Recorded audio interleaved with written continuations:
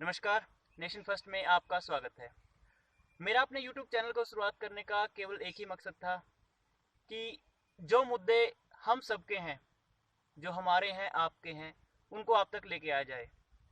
बहुत पीड़ा होती है जब भारत की मीडिया ये दिखाती है कि राखी सावंत खो जाए, उस पर एक एक घंटे का लाइव शो चलता है और उसी टाइम जब कोई किसान आत्महत्या कर लेता है तो वो केवल 10 सेकंड की न्यूज़ बनती है। उसी तरह कभी किसी अभिनेत्री का किसी अभिनेता के साथ ब्रेकअप हो जाए तो वो हेडलाइन बन जाती है, ब्रेकिंग न्यूज बन जाती है।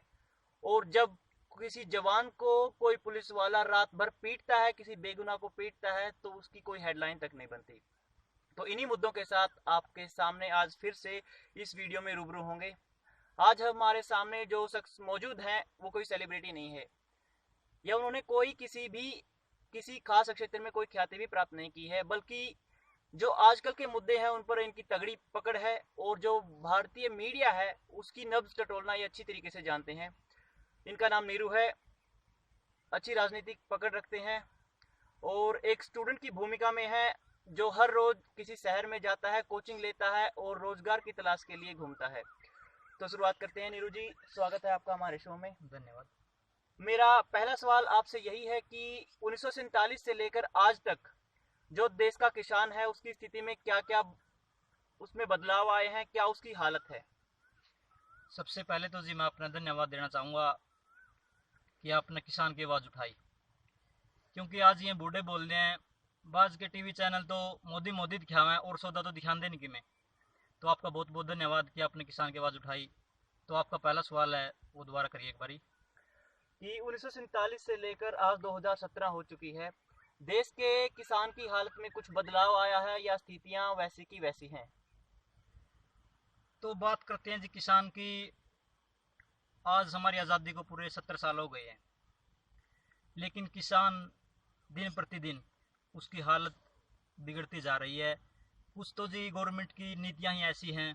मैं जिक्र करना चाहूँगा नीतियों का। अब की बार पूरे हरियाणा में आगजनी घटनाएं बहुत ज़्यादा हुई। मतलब इस वर्ष पूरे हरियाणा में लाखों एकड़ फसलें किसानों की जलकर नष्ट हो गई।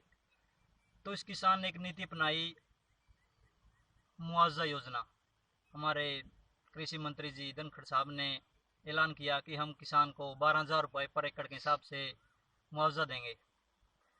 तो हम पूछना चाहेंगे मंत्री साहब को कि क्या 12,000 में किसान अपने 6 महीने का खर्चा पूरा कर लेगा? उस 12,000 से क्या किसान अपने बच्चों की सही समय पर फीस भर देगा? उस 12,000 से अगर सही मायने में मैं तो ये मानता हूँ कि 12,000 में तो उसके खाने जो के दाने भी नहीं आते 6 महीने के।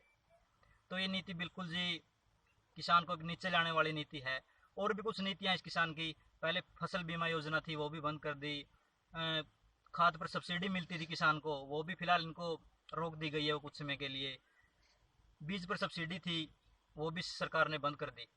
तो मैं चाहूँगा कि इस बिल्कुल ये जो गवर्नमेंट है किसान के बिल्कुल एंटी है और किसान की हालत बिल्कुल दिन प्रतिदिन बदतर होती जा रही है। तो कैसे सुधारा जा सकता है इन हालातों को? इन हालातों को सुधारने के लिए किसान को जी मेहनत करनी पड़ेगी। और मैं मानता हूँ कि अगर किसान जाति ने मेहनत नहीं की तो आने वाले इतिहास में उसका नाम भी नष्ट हो सकता है। ऐसा समय आ गया इस सरकार के दौर में। तो मैं बात करूँगा जी, समाज में आज दो वर्ग होते हैं। एक होता है कमेरा वर्ग और एक होता है लुटेरा वर्ग। कमेरा वर्ग होता है किसान समाज, और जो दूसरी तरफ है राजनीतिज्ञ हैं या अदर हैं, वो एक तरफ है लुटेरा वर्ग। जब जब इस किसान ने अपनी आवाज़ उठाने का प्रयास किया है तो उसे आगे चलकर 2 कदम ये लुटेरा वर्ग उसकी आवाज़ को दबा देता है। 2 महीने पहले भी कुछ लड़कों ने आगे आकर आवाज़ उठाई थी तो उनको भी दबा दिया गया। क्यों दबा दिया गया? क्योंकि ये राजनीतिज्ञ अपना स्वार्थ साधते हैं और कभी भी किसान की आवाज़ को आगे नहीं आने देते। तो लड़कों ने आवाज़ उठाई थी कि जो भी आज फैक्ट्री है या जो भी कोई मजदूर है वो अपनी चीज़ का, अपनी वस्तु का मूल्य स्वयं निर्धारित करता है। और एक किसान जाति ऐसी है जो 6 महीने खेतों में परिश्रम करता है लेकिन अपनी फसल का मूल्य स्वयं निर्धारित नहीं कर पाता। जब हम फसल खेत में लेकर चले जाते हैं, 6 महीने की कमाई होती है, वो 10 मिनट में आकर एक लुटेरा वर्ग, एक व्यापारी वर्ग उसका मोल कर जाता है। और वो कहता है, उसने कभी खेत का डोला भी नहीं देखा, वो बोलता है ताऊ तेरी जीरी में तो काले दाने हैं, ताऊ तेरी जीरी में तो चोबा है, तो मैं पूछना चाहूँगा कि क्या चौबा से भाई पेट में दिक्कत बन जाती है मेरे भाई कोई, तो ये अधिकार मिलना चाहिए जी किसान को कि वो अपनी फसल का स्वयं अपना मूल्य निर्धारित करे। मोदी साहब ने ऐलान भी किया था कुर्सी पर बैठने से पहले कि मेरी पहली कलम स्वामीनाथन रिपोर्ट से चलेगी। तो मैं दोबारा मोदी साहब को याद दिलाना चाहूँगा कि मोदी साहब, आपको पूरे 3 महीने हो गए मेरे भाई, कुछ किसानों की तरफ भी सोच लीजिए। 3 साल 3 साल पूरे हो चुके हैं, तो कुछ किसानों की तरफ भी सोच लीजिए। अन्यथा जो ये किसान वर्ग है अगर एक बार सड़कों पर आ गया तो आपके लिए गंभीर समस्या पैदा हो सकती है। तो जी यही कहूँगा मैं, किसान वर्ग को इकट्ठा होना पड़ेगा अगर अपने लिए कुछ करना है। जी। मेरा अगला सवाल वही है कि मैं अक्सर पूछता हूँ कि इस किसान का बेटा जब शहर में जाता है, कोचिंग लेता है, तमाम सपने होते हैं उसकी आंखों में कि मैं रोजगार प्राप्त करूंगा, अपनी मेहनत के दम पर लगूंगा, और कभी हालात ऐसे हो जाते हैं कि उसको सिफारिश का सहारा लेना पड़ता है या पैसों का सहारा लेना पड़ता है। तो इस पर आपकी राय है? बिल्कुल मानते हैं जी, जब लड़का शहर की तरफ जाता है तो उसके मन में विचार आते हैं। कई बार अकेडमी वाले बोल देते हैं कि आपका जो रिटर्न आया हुआ हम उसकी की दिवा देंगे, ऐसे कर देंगे, वो कर देंगे, लेकिन अफवाहें तकरीबन ज़्यादा होती हैं जी। और एक स्टूडेंट सच्चे दिल से मेहनत करता है तो वो बिल्कुल नौकरी को प्राप्त कर लेता है। मैं मेरे गांव से बताऊंगा, पिछली भर्ती थी हरियाणा पुलिस की, तो मेरे गांव के बच्चों ने 12 बच्चों ने टेस्ट क्लियर कर दिया था, रिटर्न पेपर। और जो अब शिफ्ट अटेंडेंट की थी उसमें भी 10 लड़कों ने टेस्ट पास किया है। तो मैं मानूंगा जी अपने दम पर भी लड़का कुछ कर सकता है। बिल्कुल। अब थोड़ा मुद्दे से अलग होते हैं कि गांव में संस्कारों की बात चलती है, विचारों की बात चलती है, और गांव को भी ये माना जाता है कि जो चरित्र हमारे भारत में हुए उनको संजो कर रखने का काम गांव करते हैं। आप क्या सोचते हैं कि संस्कार संभालते हैं गांव? बिल्कुल। जो एक गांव का मोल है और एक शहरों का मोल है बिल्कुल अलग होता है। मतलब गांव में तो एक संस्कारी युवानी पैदा होते हैं अक्सर। और मैं बच्चों को यही कहूँगा जी, लड़कों को यही बोलूँगा कि आप स्वामी विवेकानंद जैसे तेजस्वी युवानों के विचार पढ़ें, उन अपनी संस्कृति के विचार हैं जो उनको अपने जीवन में अपनाएं, वही जीवन को ऊंचा उठा सकते हैं।